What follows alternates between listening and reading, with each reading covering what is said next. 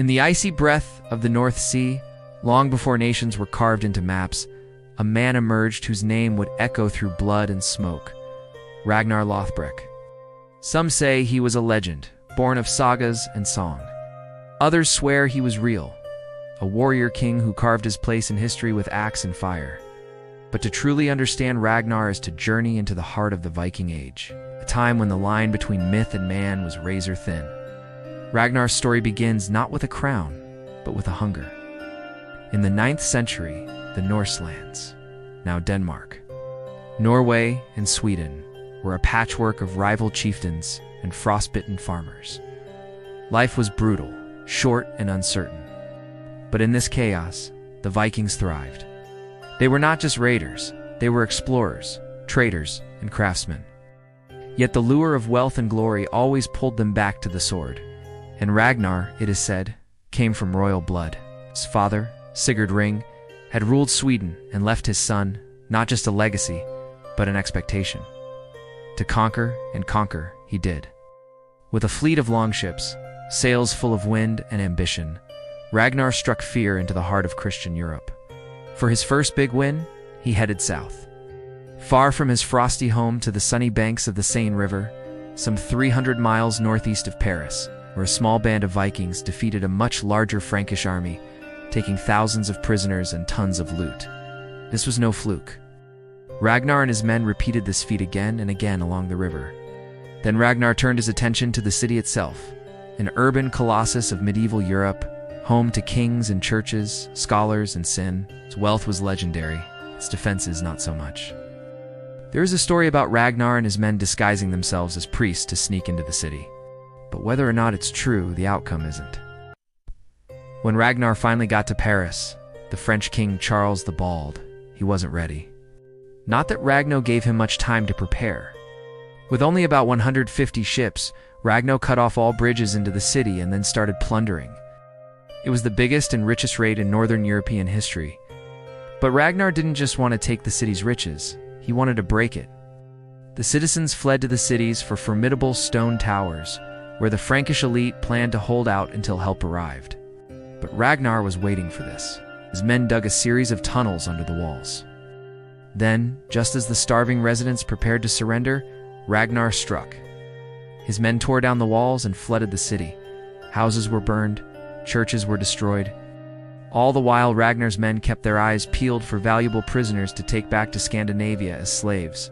But the sack of Paris was not Ragnar's last word with the Franks.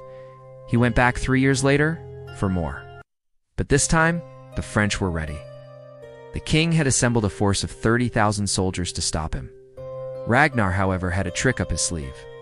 He pretended to be retreating, setting fire to his own ships as he sailed up the Seine. Once past the unsuspecting Frankish fleet, he turned around and ambushed them. The Frankish nobles never stood a chance. And once again, Ragnar plundered Paris. So began Ragnar Lothbrok's legend, or at least our written record of him. After his rampage in France, Ragnar apparently decided to take on England. He led a series of devastating raids along the coast, which can be recorded as early as 853 AD, and continued through the 860s. The English chroniclers of the day weren't as impressed by Ragnar as we seem to be. To them, he was a monster, a demon from the north. He wasn't as good-looking as the stories say. He stank of stale sweat and fish. But those stories were spread by the very people Ragnar had come to defeat. He may not have been as glamorous as his legend suggests, but he was undoubtedly effective. During these raids, Ragnar pillaged all the way up the River Thames to the gates of London. And in 865, he captured the Northumbrian capital of York, according to the Anglo-Saxon Chronicle. The English ruler Ella submitted to Ragnar only to be betrayed. Ragnar executed him in a particularly brutal manner, the Blood Eagle. If it really happened, it's likely that the execution was meant as a warning to other would-be traitors. The image stuck. Though it's hard to separate fact from fiction when it comes to Ragnar's life, the story of the Blood Eagle seems to have captured the imagination of medieval chroniclers. The last record of Ragnar has him going on one final mission to the land of the Huns. In the Old Norse sources, Ragnar is described as sailing west until he reached a land where there was no night. And if you think that sounds fantastical, you aren't alone. Scholars generally agree that Ragnar probably didn't sail to America, though there have been attempts to link him to the famous Vinland map, which purports to show an 15th century Norse exploration of North America. While the map's authenticity is hotly debated, most scholars agree that it's a fake. That is, unless Ragnar Lothbrok really did sail to the New World. In that case, the map might be an actual copy of a lost original. But in the absence of physical evidence, all we can say is that Ragnar probably didn't reach North America. And it's not surprising that he's mostly remembered as a conqueror rather than an explorer. After all, war was the stuff of legend in the Viking Age.